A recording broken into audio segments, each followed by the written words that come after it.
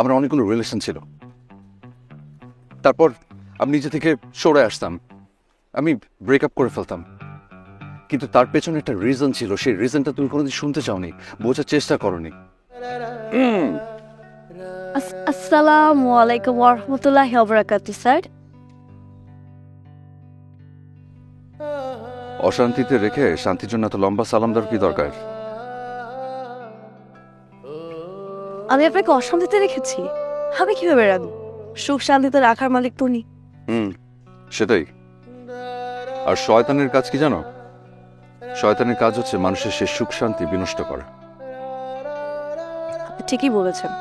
আপনি আসার পর থেকে কিন্তু আমার লাইফে সুখ শান্তি বলে কিছু নেই, সবকিছু বিনষ্ট হয়ে গেছে। এগুলো কি কাগজ? কাগজ? সেটা আমি জানি, এটার মধ্যে কি লেখা? স্যার আপনি রিডিং পড়তে পারেন না? আপনি কি নিঃসঙ্গ, একা ফিল করছেন, মনের মতো সঙ্গী খুঁজে পাচ্ছেন না? আমি আপনাকে যোগ্য সঙ্গ দিব। পাঠ হচ্ছে আপনার জীবনে এত অভাব স্যার, আমাকে বলতেন, আমি দরকার হলে আমার টিফিনে টাকা জমিয়ে জমিয়ে সব আপনাকে দিতাম। তারপর আপনার সাথে আসলে অভাব চেষ্টা চাচ্ছে না, তার মধ্যে আমার সম্মানিত স্যার হয়েছি। ঠিক স্যার, এইসব প্রবলেমটা কি তোমার? এসব কেন করছো? প্রবলেমটা আমার না, প্রবলেমটা তোমার। তুমি এই টমেজের খেলা দেখছো, আমি নামি। এই খেলায় আমি নামিনি, এই খেলায় নামতে তুমি আমাকে বাধ্য করেছো। আমি বাধ্য করেছি? আমি কিভাবে করলাম? কে আমাকে এসেছিল পড়াতে? তুমি কেন এসেছো আমাকে পড়ানোর জন্য? আমি বলেছিলাম তোমাকে? আমি পারতাম আমার বাবাকে গিয়ে বলতে যে তোমার কাছে আমি পড়তে চাই না, আমি সেটা করিনি। আমি শুধু দেখতে চেয়েছি তুমি প্রতিশোধ পরায়ণ হয়ে কতটা নিচে নামতে পারো। আমি নিচে নেমেছি, তুমি কি করেছো? আমার জীবনটাকে ওলটপালট করে দিয়ে ভালোই তো আছো। আমি তোমার জীবন লুটপাট করিনি। ছেড়ে কে গিয়েছে? তুমি আমাকে ছেড়ে যেতে বাধ্য করেছো। কই, আমি যখন তোমাকে ছেড়ে গিয়েছিলাম তখন তো ধরে রাখতেই।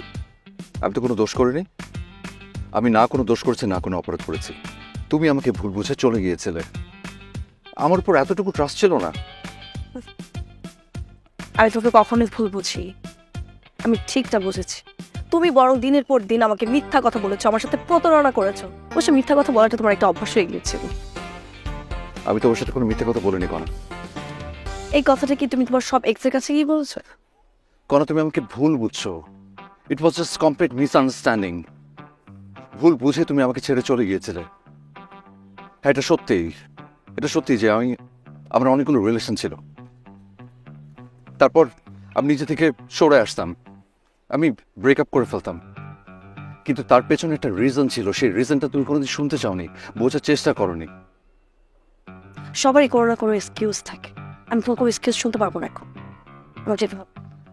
কারণ আমি এক্সকিউজ দিচ্ছি না, আমি সত্যি কথাটা বলছি।